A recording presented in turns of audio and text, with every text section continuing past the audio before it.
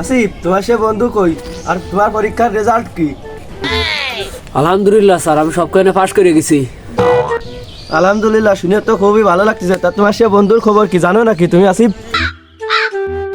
না স্যার, আমি জানি না, ওই যে আসতেছে, আপনি শুনে নিয়ে নেন।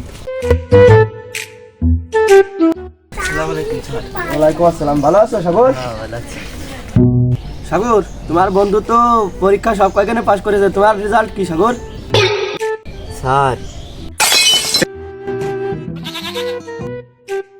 ও বুঝা হয়ে গেছে, বাদামে কি করেছে বুঝা হয়ে গেছে, ওর কথার ভাবেই বুঝা হয়ে গেছে ও কি করেছে, পাস করেছে না ফেল করেছে বুঝা হয়ে গেছে।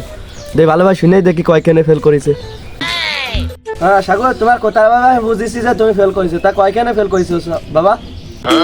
স্যার একটু সমস্যার কারণে স্যার চারখানে ফেল করেছি স্যার।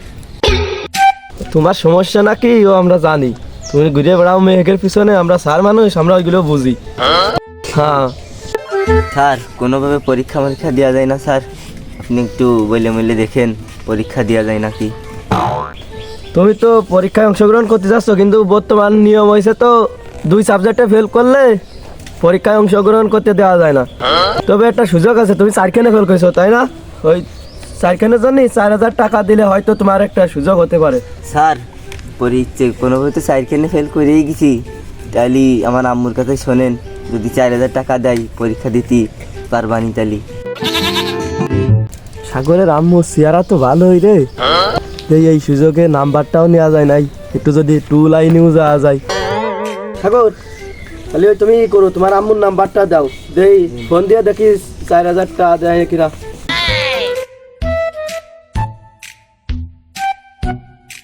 স্যার এই যে কল দেছো নাকি আমি দেবো? দেন আপনি।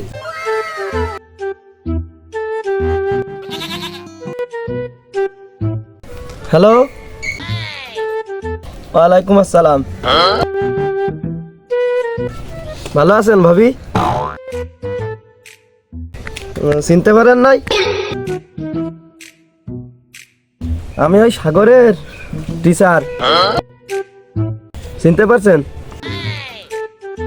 হ্যাঁ হ্যাঁ হ্যাঁ, বলতেছি কি আপনার ছেলে তো 4 সাবজেক্টে ফেল করেছে, এখন তো সে বলতেছে পরীক্ষা দিতে চাই।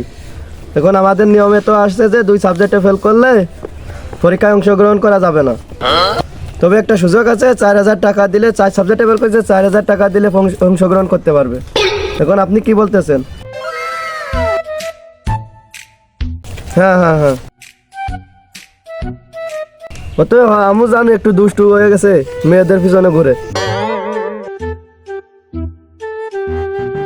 বিয়ে করতে চাই। আচ্ছা আমি শুনে দেখতেছি যে ও কি পড়ালেখা করতে চাই নাকি বিয়ে করতে চাই। আচ্ছা আচ্ছা, রাজি রাখলাম, ভালো থাকেন ভাবি। আচ্ছা, ওয়ালাইকুম আসসালাম। সাগর, তুমি কি সঠিকভাবে পড়ালেখা করতে চাও নাকি বিয়ের লাইনে যেতে চাও? সত্যি করে বলো তো। কি স্যার কোয়া লাগে আজকাল? স্যার বোঝেন, আমরা কি একটি চাই, স্যার বোঝে না।